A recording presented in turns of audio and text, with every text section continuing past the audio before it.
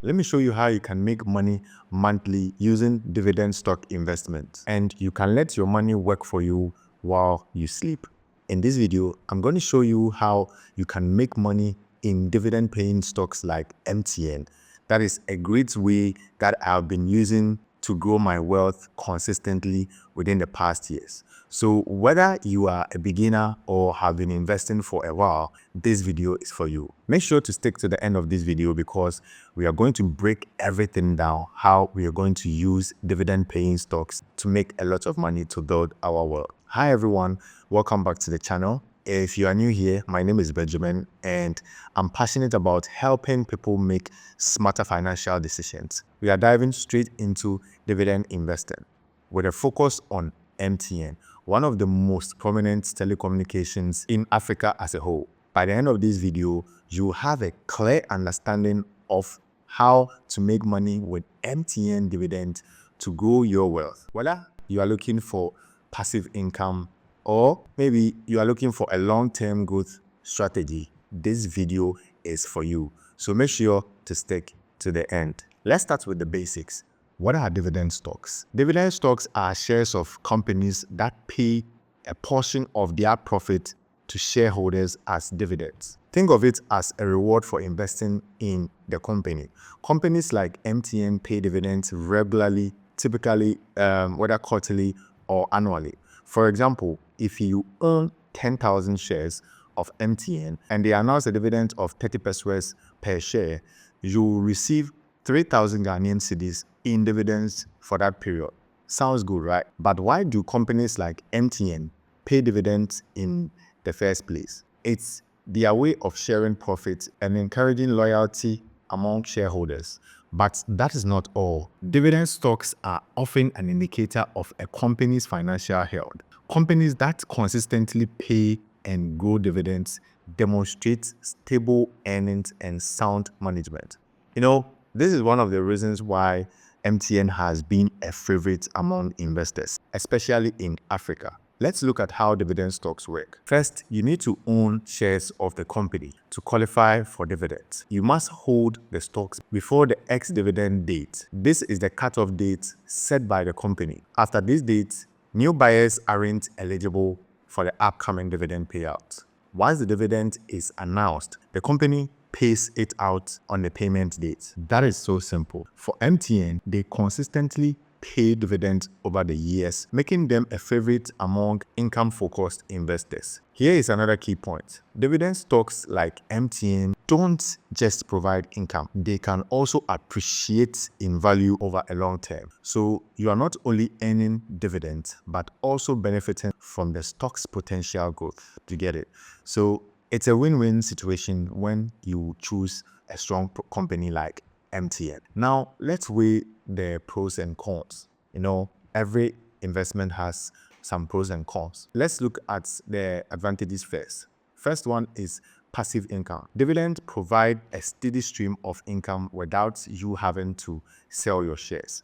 Imagine receiving money regularly just holding on to your shares. You know, it's exciting, right? The second advantage is reinvestment opportunity. You can reinvest your dividend to buy more shares, compounding your returns over time. This strategy accelerates your wealth building process. The next one is stability. Companies that pay dividends are often financially stable and less volatile. The next advantage is dividend paying stocks hedge against inflation. Over time, growing dividends can help counter the effect of inflation. These are some of the advantages of holding dividend paying stocks. Let's look at some of the disadvantages of investing in dividend paying stocks. Dividend paying companies may reinvest less in growth opportunities compared to non-dividend paying companies. The second one is dividends are not guaranteed. Companies can suspend dividends during financial difficulties, impacting your expected income. So let's say there will be times companies might not be able to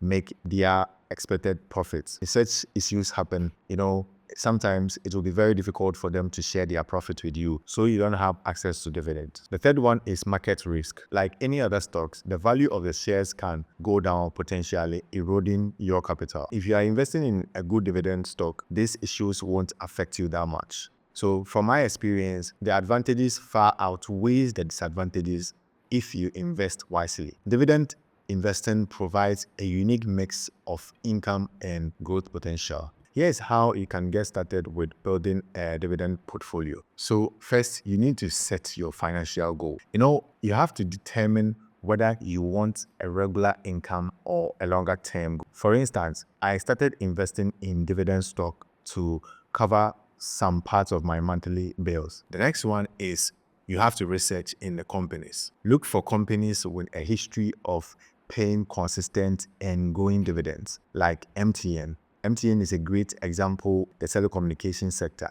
Check your dividend yield, payout ratio, and financial health. The next one is to diversify your portfolio. You need to reduce risk. Don't put all your money into one stock. Spread your investment across industries like the mining and finance. This will help protect you from any uncertainties. The fourth one is to start small. Even owning a few shares can yield dividends. Remember, small steps lead to significant milestones. Reinvest dividends. Use your dividend payouts to buy more shares. The strategy, also known as DRIP, that is Dividend Reinvestment Plan, accelerates your wealth building process over time. You will notice how compounding works its magic. That will show you how compounding works its magic. The next one is to monitor your portfolio. You need to stay updated on companies' performance, industry trends, and economic conditions. Adjust your portfolio as needed to ensure it aligns perfectly with your goals. Remember,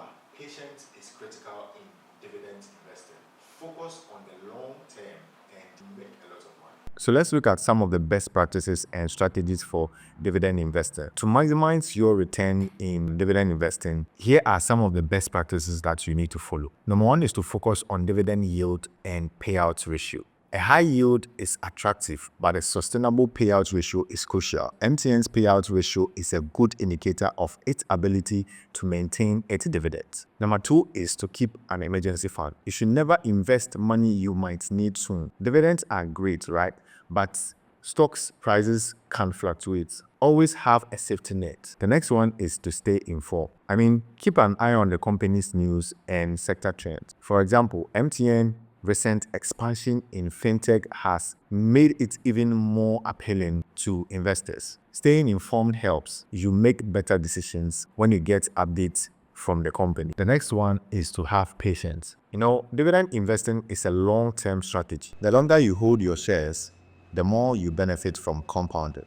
The next one is avoid chasing high yields. High yields might indicate financial trouble. Instead, focus on companies with a track record of stability and growth. So I bought my first shares of MTN way back in 2018. At the time, I didn't know much about dividends, but I was intrigued by the idea of earning passive income.